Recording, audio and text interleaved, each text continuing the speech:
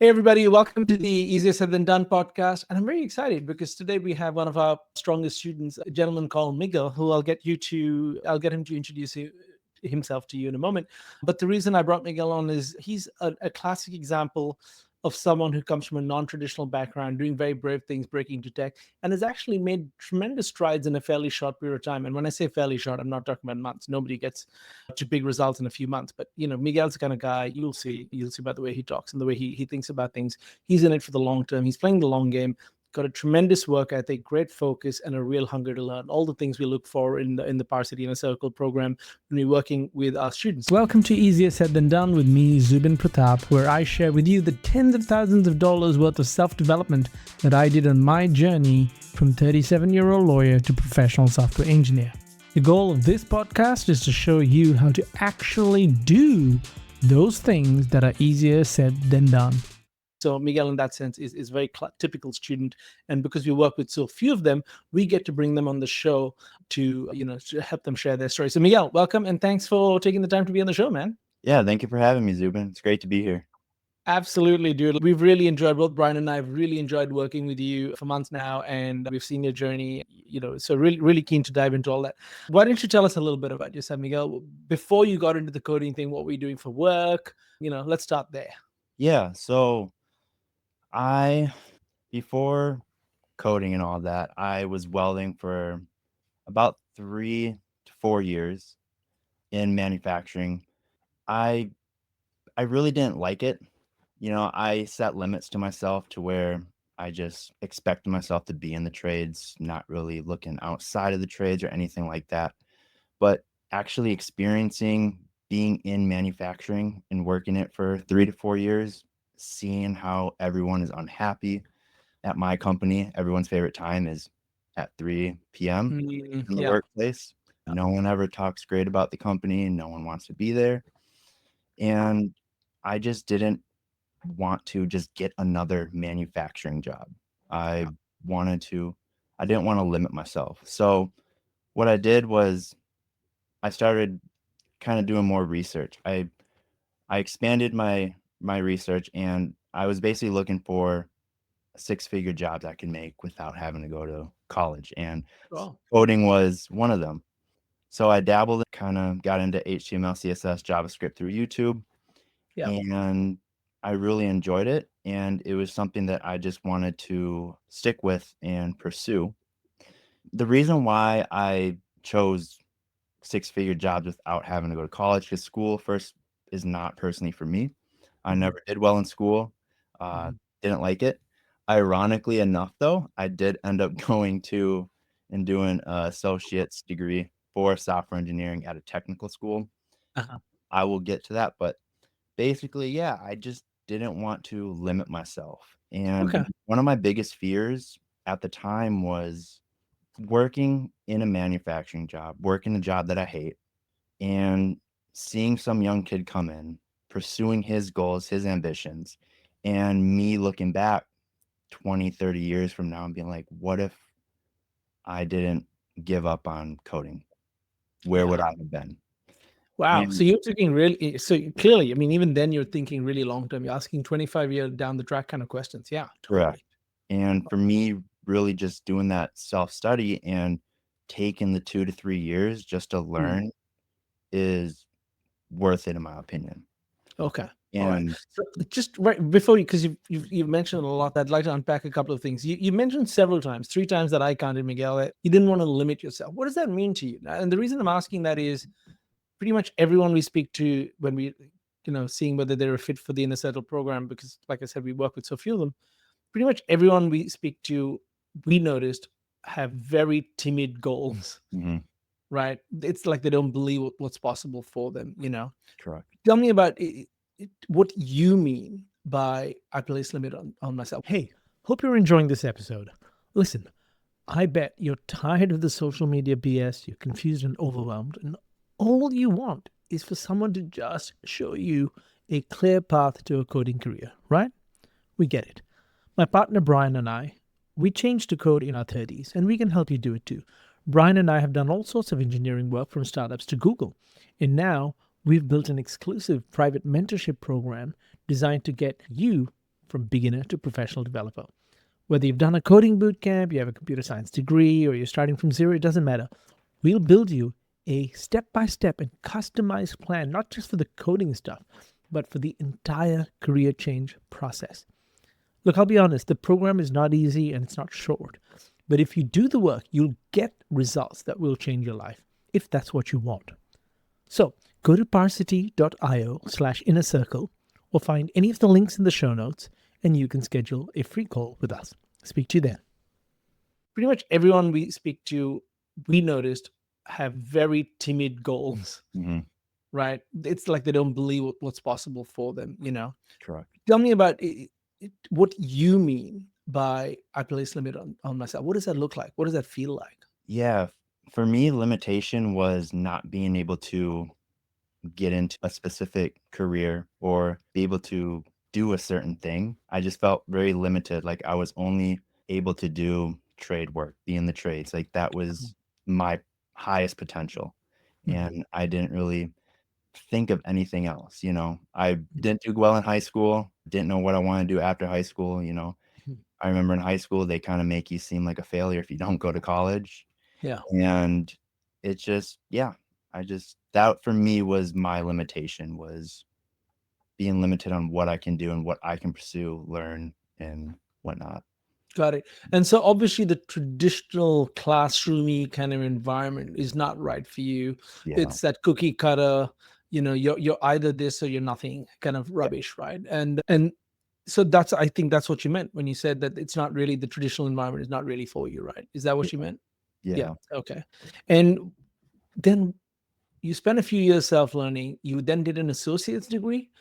Tell us about why that seemed like the right thing for you to do then. I'm no shade, Yeah. of course. It was the right thing in many senses. But tell us about your reasoning, your thinking at that time.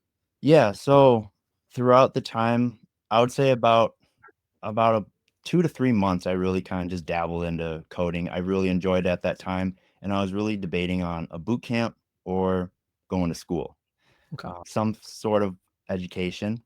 So I decided to go to the technical college kind of close by. It wasn't that much of a price difference compared to boot camps. Yeah. Also, I had to work full time, so being able to go to school, I was able to go part-time for that. Everything was online, Yeah. and for the degree, to be honest with you, just having that degree. Was So, it a psychological thing for you, or did you think it was going to help you in some way? I thought it was gonna help me Mhm. just the degree, most part, and what they taught and things like that. Looking back at it, everything that I've learned was kinda outdated, I don't use.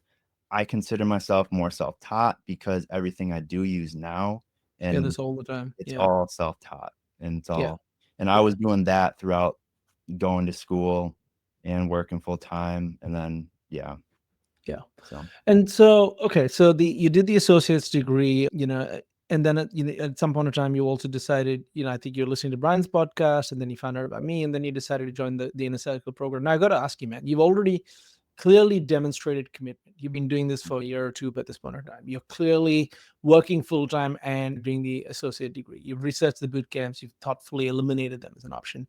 You're being incredibly intentional.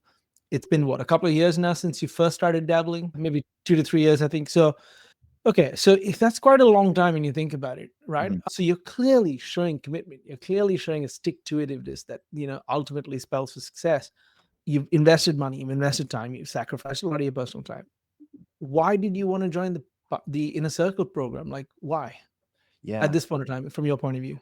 So, listening to you and Brian, you guys have really accomplished what I'm trying to do. You guys Mhm. are not just really successful software engineers and have done great things within the industry, but you also, both of you have a great mindset, as well as you have your own side businesses. You've accomplished a lot of things, and you resemble on in things that I want to achieve in life. Okay. And And why is that important to you, Miguel? Why is it important for you in your thinking? Because you're still starting out in that journey. Why did you feel it was important to learn from people who've got the kind of life you want? What was that not many people think like that. yeah, for me, it was surrounding myself with individuals that have the lifestyle that I want. I can relate more, build more connection, like more deeper connections, and they're able to pass down their knowledge on things that I am trying to achieve. And Got it. it's yeah, So yeah, so you're saying, so you realize both of us, have an engineering career, both of us transition careers from mhm, other things into engineering at a late stage, and we have this coaching business on the side. We still work as engineers. And so what we I mean, you'd already learned quite a lot of code at this point in time, I think, because when you joined the program and I baselined your coding, you were definitely an intermediate level. Like there was still a long way to go, I thought, before mhm, you'd be truly competitive in the market. And I think, you're obviously very close to that now. But from your point of view, what else were you hoping to get out of the program? definitely for sure. For me, it was learning to stay relevant. So like if layoffs happen, you get fired, being able to bounce back Right. into another job fairly soon, fairly quickly, not struggling with that. Just networking connections, building relationships, and just kind of having more of that like personal one-on-one mentorship. That is a really big one for me, being able to reach out to you or Brian whenever I have questions or need help, or if I need something like some code reviews or anything like that. Having that guidance is a huge part, especially if you're going the self-taught route. Having at least a mentor or some people that you can reach out to and ask Yeah. questions and guide you along the way goes a very long way. Yeah. And you've also mentioned a couple of times that mindset is important to you. Again, not many people realize how important it is. And as you know, in the program, we spend a long time building the non-technical skills Yeah. in the Yep. intensive phase before we unleash the technical skills on you. Do you think that's a good system? Do you think that worked for you? What would you say are the benefits or the disbenefits of doing it that way? Yeah, I strongly agree with that approach. I think it's very hard for someone to go the self-taught route or just learn to code, really do anything in life, achieve any goals or anything like that without having a proper mindset. Yeah, You thinking know? right. Yeah, and especially having that long-term goal aspect, that long-term mindset, thinking long-term, understanding that things don't come quick, things take time, and just having that grit and just being self-disciplined and just really just working through it, and, it's a Yeah, lot of this is self-improvement. It's, yeah, you're not gonna be perfect at the start, yeah. but it's just No, gradually. and we got to change. And I keep telling people, I've said this in my podcast several times, that your career won't change unless you change. Exactly. Right. And you've seen this in your own journey, like Yeah. just how much of changes had to happen, which is, in all good things, like changes you'd want, that you'd Mhm. want for your kids, that you want for people you love and you see in yourself. It's great. So I'm gonna challenge you a little bit now, Miguel, because you talked about long-term thinking, but you Yes. also said something really interesting about 2 minutes ago about, one of the things that was important to you is, if you do get laid off, and that's going to happen to, I reckon it's going to happen to, it's happened to me a couple of times. It's going to happen to everyone. That's just the world we've lived in for decades now, right? So, and you said bounce back quickly without struggling too much. But at the same time, you talk about long term thinking and grit, right? Yeah. How do you reconcile those two things? Like there's a deep psychological phenomenon of why that, you've said those two things that appear to be contradictory. But how do you reconcile that? So, can you elaborate a little bit? I'm kinda Yeah, little sure. No, so for example, let me rephrase the question this way. We know that long term thinking is important. We mhm, know that grit is important. yeah, And if you got laid off, that's when you need the grit. That's mhm, when you need long term thinking. But that's when we are most motivated to want short term reprieve or solutions in thinking, oh, I want to get a job really quickly. But there's a problem. We don't control the market, yeah, right? Now, you can bounce back at regular speed, you can bounce back at tennis Federer speed, or you can bounce back in slow motion, but ultimately you're bouncing back. And not all of it has to do with you. A lot of it has to do with the market. So how do you feel about the fact that grit requires you to be okay with a slow bounce back? Because oh, that's when you have grit. yeah, definitely. I would say it's it's more so like I wouldn't say like bouncing back fast would be like within a week or 2 weeks. I would say like a month or 3 months, being able to have that options, not giving up. You're gonna fail a lot of interviews, you're gonna get a lot of rejections, but being able to build the networks and the connections over time and constantly learning and improving on your skills and staying relevant within the market, doing your research and things like that, you're gonna you're gonna stand out far further than Yeah. someone who gets laid off and does none of that. is just Yeah. content with their job, thinks they're going to be there forever, doesn't improve at all, and then gets laid off. And then they're going to have a much harder time because they did none of those. Want that beautifully put. And I keep telling people, like, I'm not a big fan of the concept of networking, because most people, when they think of networking, what they end up doing is, hey, I'm Zubin, I work here and here, who let's exchange like emails or LinkedIn or whatever, right? But the reality is this: it doesn't matter how many people you know. Yeah. What matters is how many people know you Mhm. and think you can do the job. There are two things there. Hi, if you want a no BS insight into how to change your career, whether to code or something else, and how to actually get job opportunities in tech, then please subscribe and like. It's no BS because I have zero incentive to mislead you. I just want to help you and give you tons of value so that you will consider working with me to get to your next career. Take a look at the description text below to learn more about the training I offer. But I do post content here regularly, and by subscribing and liking and hitting that notification bell, you will get to know when I post new industry insights for you. You'll also know within about 3 seconds if you want to learn more, but at least you won't miss out. What matters is how many people know you and think you can do the job. There are two things there, Yeah. right? So the fact that you suddenly picked up 100 business cards at a conference doesn't mean that you're networked. Hmm. It means diddly squat, to be honest. Like, keep training you guys in this. Be highly credible. It's not enough to know people. It's not enough to connect with people. You've got to be very credible in their eyes so that they have no doubt that you can do the job.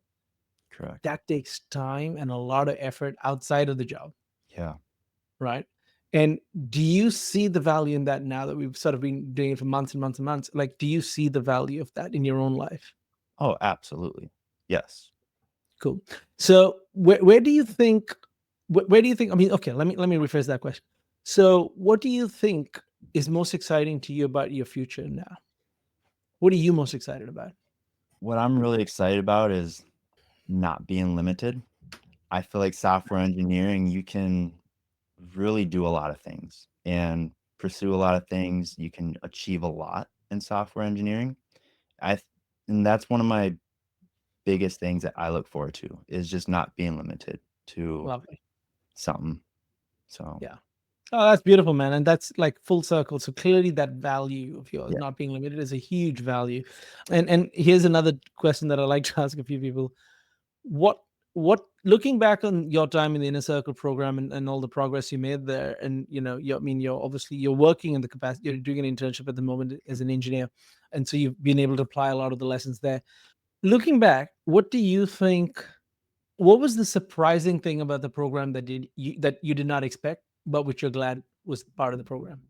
What I what I didn't expect was it was the 8-week intensive phase and how intense it was, really how in depth you make us really go on our goals, ambitions, our insecurities, doubts that we may have, things like that. Really going in depth and understanding on why am I nervous? Why do I have doubt? Things like that. Like that was extremely helpful because I personally have never done that before. I've never really run in depth on fears that I may have and doubts and why I feel this way and whatnot. So that was Yeah. really good.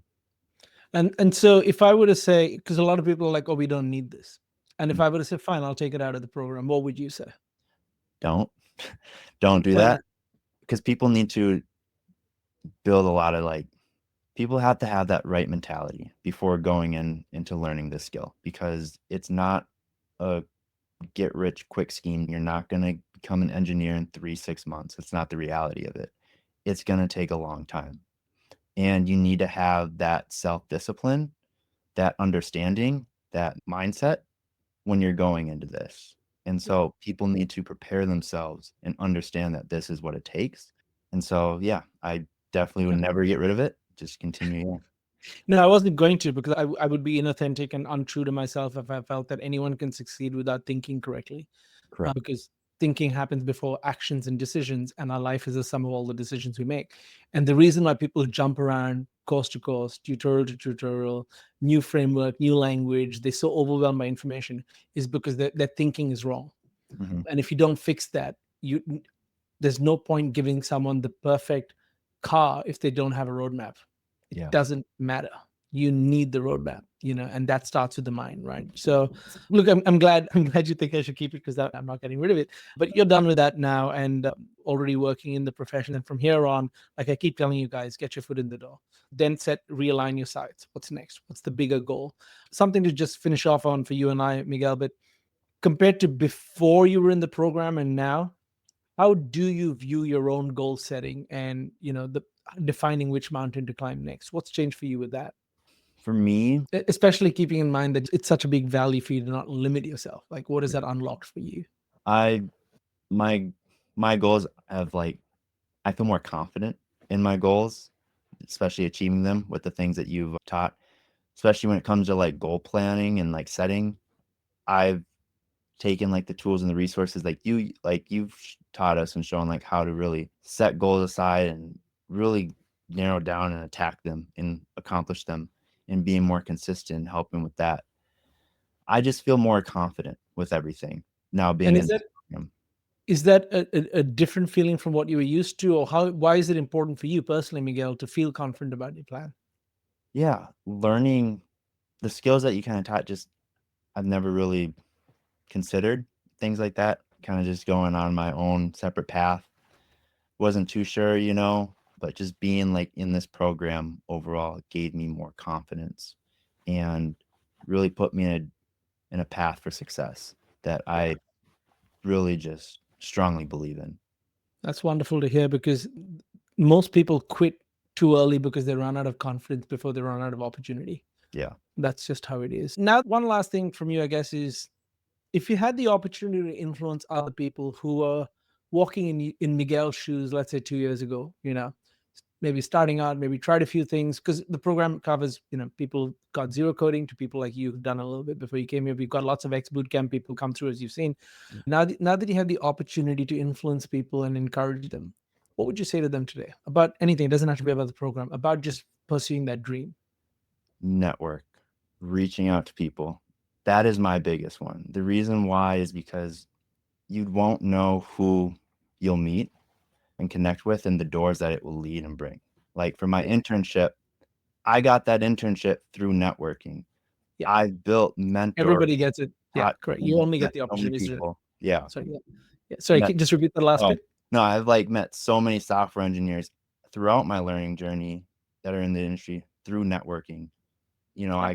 In my job to people, I talk to people about what I'm doing, what I'm pursuing. And they're like, oh, I know someone who is into software engineering. And that's how I get connected. So Yeah. don't shy away, just connect, and Yeah.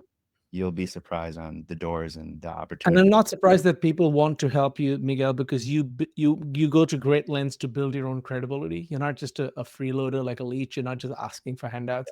You don't. You are very thoughtful. You put in a lot of effort, and you earn the right to open certain doors just through that.